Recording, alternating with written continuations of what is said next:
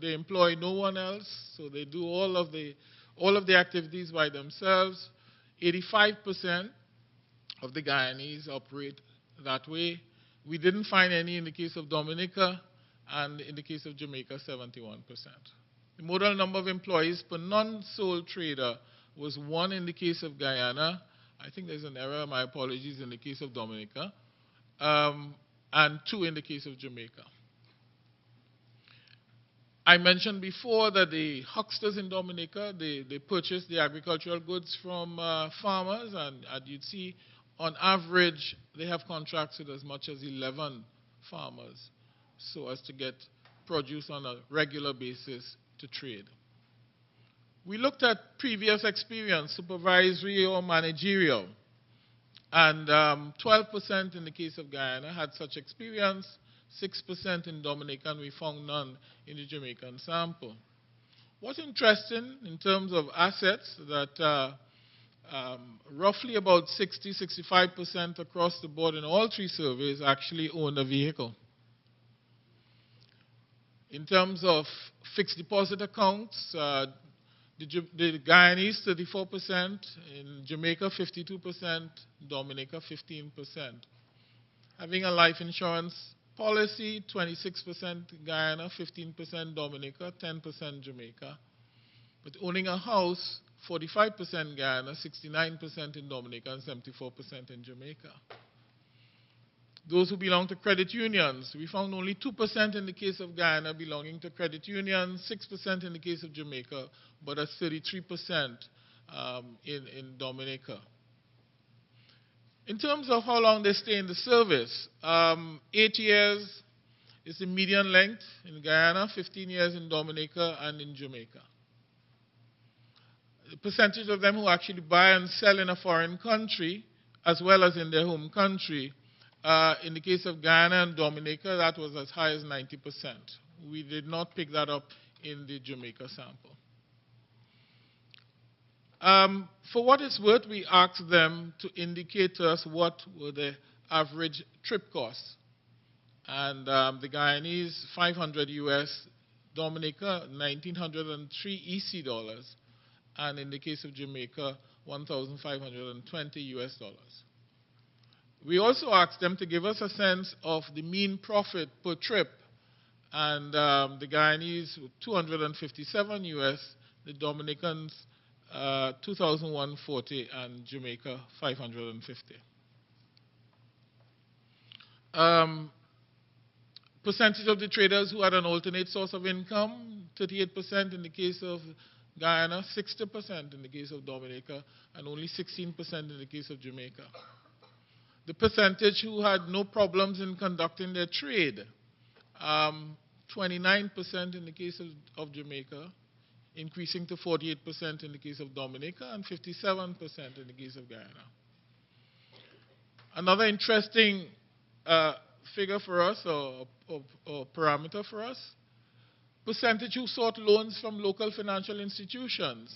Only 19% did so in Jamaica, increasing to 41% in the case of Dominica and 64% in the case of Guyana. And of those who actually sought the loans, what was their success rate? 75% in the case of Guyana, 92% in the case of Dominica, and 42% in the case of Jamaica. The means of travel abroad. As I indicated before, the Dominicans use sea travel, but the Jamaicans and the Guyanese traders use air travel. All of them travel with their bags, as checked baggage. And in terms of access to Traders Association, we did not pick that up in the case of Guyana. No one belonged to an association. But yes, the hucksters indicated that they had belonged to an association. And not even though that association existed, a few of the hucksters at the time of this survey were not members of the association.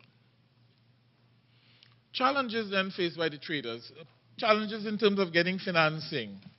Challenges in terms of completing the normal documents required by authorities like customs and immigration and port health. Other competing traders, conflict with other competing traders, problems in terms of the interface with their suppliers. Those traders who actually travel by air, they have got problems interfacing with airline staff. Obviously, in a lot of cases, they're probably traveling as standby passengers. And so there's a natural element of possible conflict there in terms of imposing oneself to ensure that you get on the flight. There are problems of economies of scale because they're very much operating as single traders. There are problems in terms of market access. And if you take into account the fact that these people have to travel out of the country often, and they have got to be on the streets or in the arcades peddling their goods, there must be some concerns with respect to the supervision of their children. Since they belong to the informal sector, I looked at the work done recently by Weatherburn, and she highlighted other challenges which they face, and these are summarized here. Higher cost of capital from financial institutions, so those that actually agree to lend them would do so at higher cost. Lack of access to business development opportunities, diminished legal rights, limited ability to achieve economies of scale, restrictions on advertising and size of business location. There's a cost which they obviously must incur for evading taxes. And certainly there must be instances where they've got to pay bribes in order to continue avoiding detection and avoiding penalties. So how do we facilitate the trade? And how, in particular, how did they see other people assisting government and other stakeholders, helping them to facilitate their trade? Certainly, they saw the merit of having a traders association. So in the case of Guyana, there was consensus that one should be formed. In the case of Dominica, the fact that some people at the time of the survey were no longer members of the association suggests that there is need for some review, some re-engineering of the Dominican Hucksters Association. Similarly, in Jamaica, you've got the United Vendors Association and you've got the Association of Higglers, right? And the fact that not 100% of the sample belong to any of those two associations suggests to us that the time has come for the association to re-engineer itself with a view to serving all the needs of its members. If we want to facilitate them, we need to provide training for their further development, and I think where we should pitch that training is preparing them for operating as vertically integrated small and medium enterprises. We need to look at CSME and explore opportunities whereby they can in fact take advantage of economies of scale and where they can in fact get wider market access, not just to the region, but to the Caribbean diaspora, and even maybe to countries within Latin America and Central America. Better understanding of the trade by government is required if government wants to make an intervention towards their sustainable economic growth and further job creation among the traders. And certainly one of the requirements of doing this would be data. Another would certainly have to be looking at those steps that are required for people to get into business and seeing to what extent we can make them more efficient. We can also look at, in terms of government, developing a legal framework that recognizes the assets of the traders and create a system of giving value to these assets, so that, and this value they can now work with the financial institutions when negotiating financial support. There clearly are signs, looking back at the work of Downs, that labor market reform is needed, and if it is done, it will redound to the benefit of the traders. I want to focus a little bit on the Traders Association and their role. Clearly, they must see their role as lobbying with all the government authorities, customs, immigration, the trade ministry, port health, even airlines and the sea freight companies. The minimum, certainly in all of these cases, would be formation of a help desk that traders can in fact access and get information and help. They should also lobby for building and upgrading facilities for the sale of the goods of the traders. The Traders Association should have representation of boards that actually control the facilities where the goods are sold. And in terms of that whole process of facilitating the development the development of the traders into SMEs, I think they need to lobby, the association needs to lobby with vocational education providers to mount what I would call lifelong learning programs for these traders. And that training should look at issues like bookkeeping, accounting, principles of business, computer literacy, use of ICTs for networking, for marketing, for procurement, issues of cross-border trading because they're involved in some of that, and of course, getting them onto issues of entrepreneurship and innovation.